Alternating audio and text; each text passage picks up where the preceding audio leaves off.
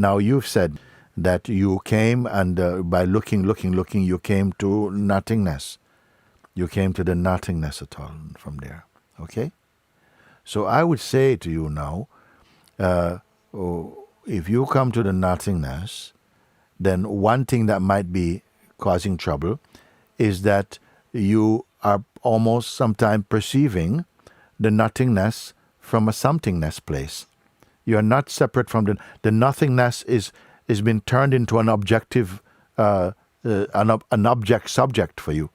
Like, yes, I can feel the nothingness, but some people have said to me, yes, I saw the nothingness, but, somehow I came out of it, or, I want to be embraced. And so this I, any I that's left over, is not the emptiness. The emptiness that you are seeing is the emptiness that is yourself. It's a non-dual recognition. Am I speaking too quickly? I'm looking at you all. It is a non-dual. It's not like, yes, because we are so used to the traditional way of seeing. Like, my eyes are here, my eye is here, and I'm seeing that or this, I'm seeing some. So everything appears as an object and separate from me. But when you come to the emptiness is not an object. I'm not talking about if you're in a room and in night and you turn off the light, somebody say, oh, it's all empty in here. I'm not talking about that kind of empty. It's not just a physical emptiness. I'm talking about the emptiness where nothing at all is existing independent of this. The nothingness is not a phenomenon. The nothingness is not an experience someone is having. The nothingness includes the one who is also perceiving the nothingness. The meditation, the purpose of the meditation, and even the meditator, is to reach that place which you already are, that you have come to notice. Not everybody grasps that. We still feel, I came to the emptiness, but then I couldn't go any further. How you can go further? Further than emptiness is to dissolve your separate identity. That is the emptiness itself. Now, however, it may still appear that there is still some sense of a person carrying on life, and this body is not an anti-awakening instrument. This body is also here. It's got to be used to do its function. It's going to continue functioning. But it's functioning not in service to the limited person, which is also an aspect of consciousness, but a very, very dense and contracted form of consciousness. That contracted form of consciousness is liberated now. It's it's limitless. So then we say, in spite of this, yes, the functioning of life still continue, but now you are not an enemy to life, and life is not an enemy to you. It's only when we picked up the identity of the person, then the struggles come. All the struggles are going to come for the person. So that you will, when you are growing, you will come to a point you will not find any satisfaction in just being person. So you will have to transcend the person. Don't grieve at this and feel, oh, I'm giving up. No. The one who feels that will not go beyond, will not attain the perfect state. You are seeing, oh my God, everything, even my troubles are serving my awakening. Even my difficulties, now by grace, has been transformed into opportunities for transcendence.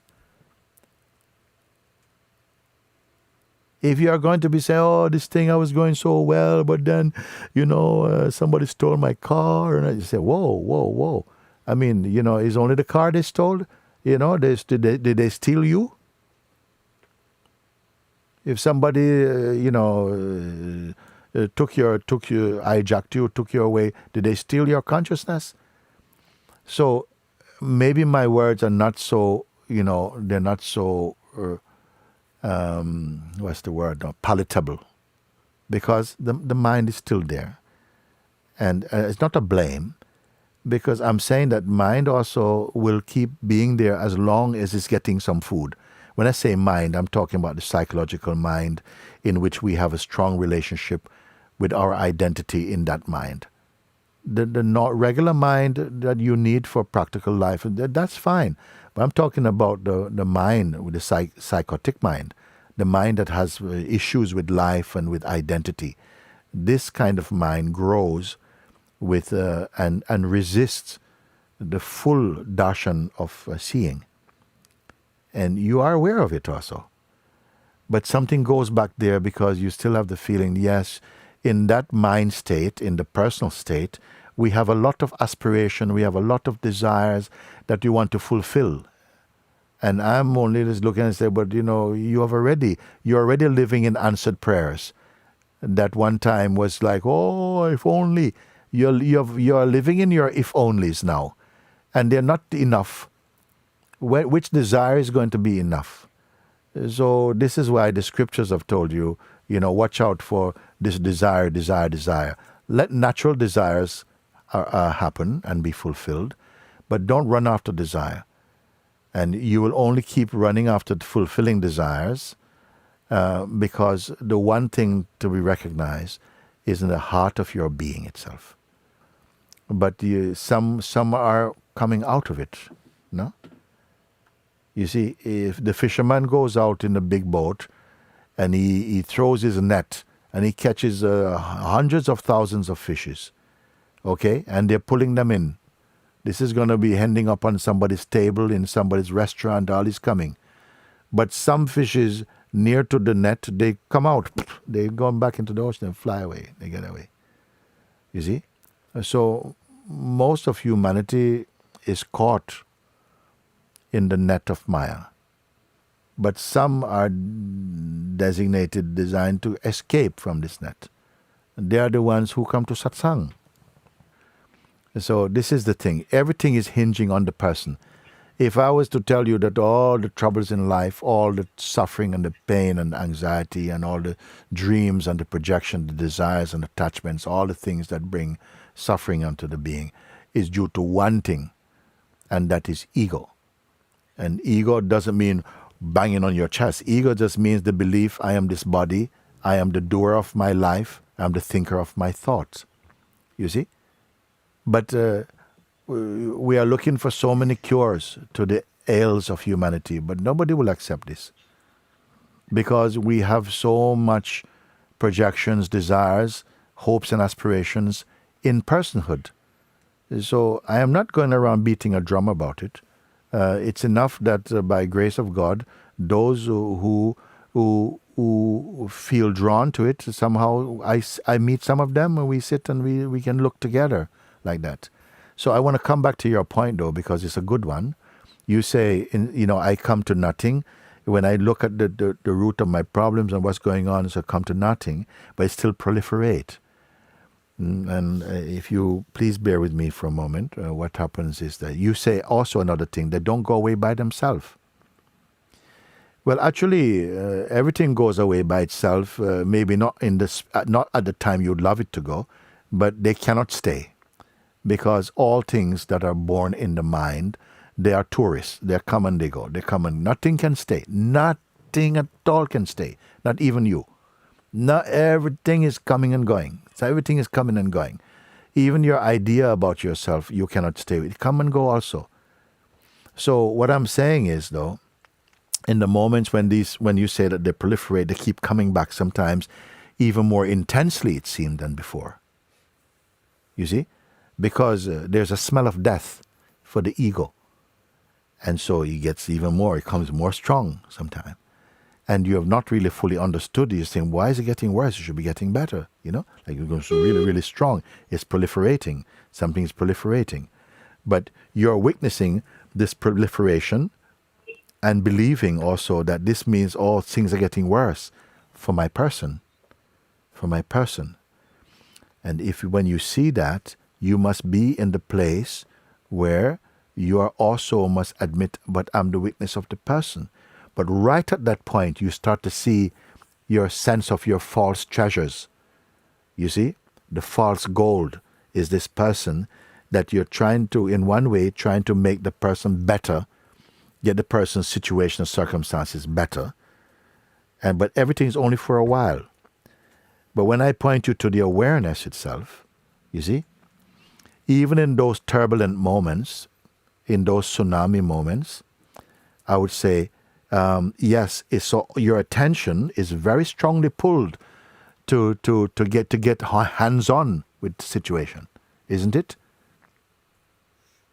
The only thing you can do is to continue, because in the moment when the pulsation is strong with these things, you see, it's as though it's eclipsing your intuitive stability and recognition in the heart.